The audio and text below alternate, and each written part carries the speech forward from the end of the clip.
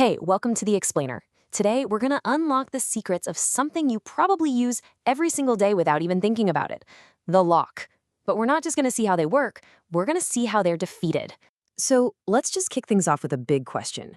What if we've been looking at locks all wrong? What if they're not impenetrable fortresses, but actually just intricate puzzles?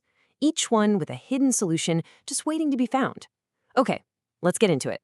All right, so the big secret to bypassing almost any standard lock. It's not some crazy high-tech gadget. It's actually a universal flaw called the binding defect. And it's simple, really. No lock is manufactured perfectly. The tiny holes for the pins are never drilled in perfect alignment, and the pins themselves aren't identical down to the micron. And these microscopic imperfections, well, they're everything. To really get why that matters, just imagine a lock that was perfect. You know, every single part machined with flawless precision. If you tried to turn it, every single pin inside would bind at the exact same moment. You'd basically be hitting a solid brick wall, making lockpicking with basic tools completely impossible. But back in the real world, our imperfect world, when you apply that same turning pressure, only one pin gets pinched first, and that is the whole game. We call this the binding pin, and it's the first domino in the chain. It allows us to turn an impossible problem into a series of small, totally solvable steps. So how do we actually exploit this flaw? Well, first things first, forget what you've seen in the movies. A paperclip makes for good drama, sure, but reality requires specialized tools. You need a tension wrench to apply that steady, controlled pressure, which is what creates the binding effect in the first place. Then you need picks, like hooks or rakes, to actually go in there and manipulate the pins. A real toolkit is all about having the right tool for the job.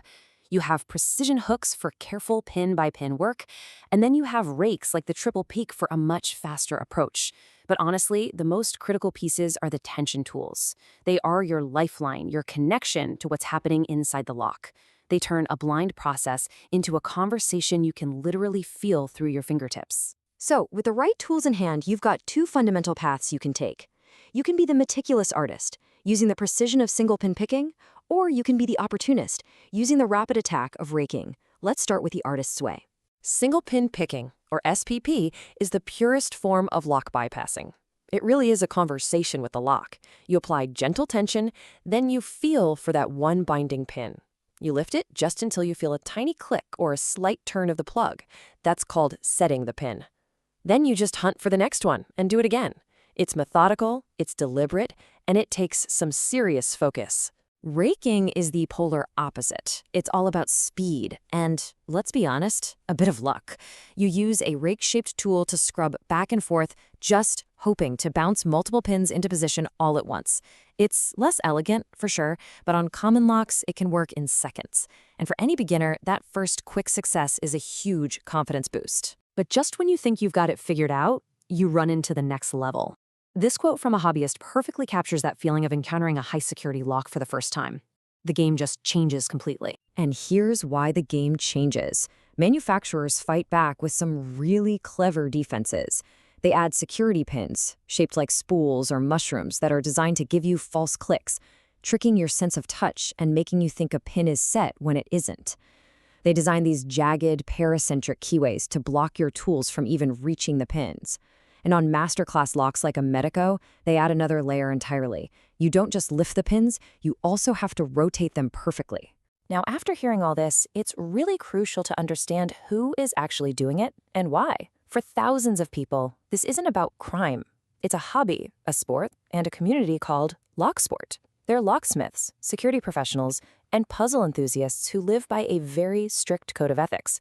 And this is the absolute cornerstone of the entire community. The first and most important rule is simple. You do not pick a lock that isn't yours, unless you have explicit permission from the owner. This rule separates a hobbyist from a criminal. It's that simple. But this is the question everyone asks. It's the biggest barrier for people who get interested in the hobby. If you have these tools, are you automatically breaking the law? And in most places, the simple answer is no. It's not illegal. The law almost always focuses on intent, not possession. Owning a hammer is legal. Using it to break a window is a crime. It's the same principle. For the Locksport community, these are simply the tools for solving a complex mechanical puzzle. Which leaves us with a final thought. Is a lock merely a security device meant to keep people out? Or is it also a fascinating mechanical puzzle, a test of wits and skill, just waiting for someone to come along and solve it? The answer, it seems, depends entirely on your perspective. For more explainers that unlock complex topics just like this one, make sure to subscribe to our channel. Thanks for watching.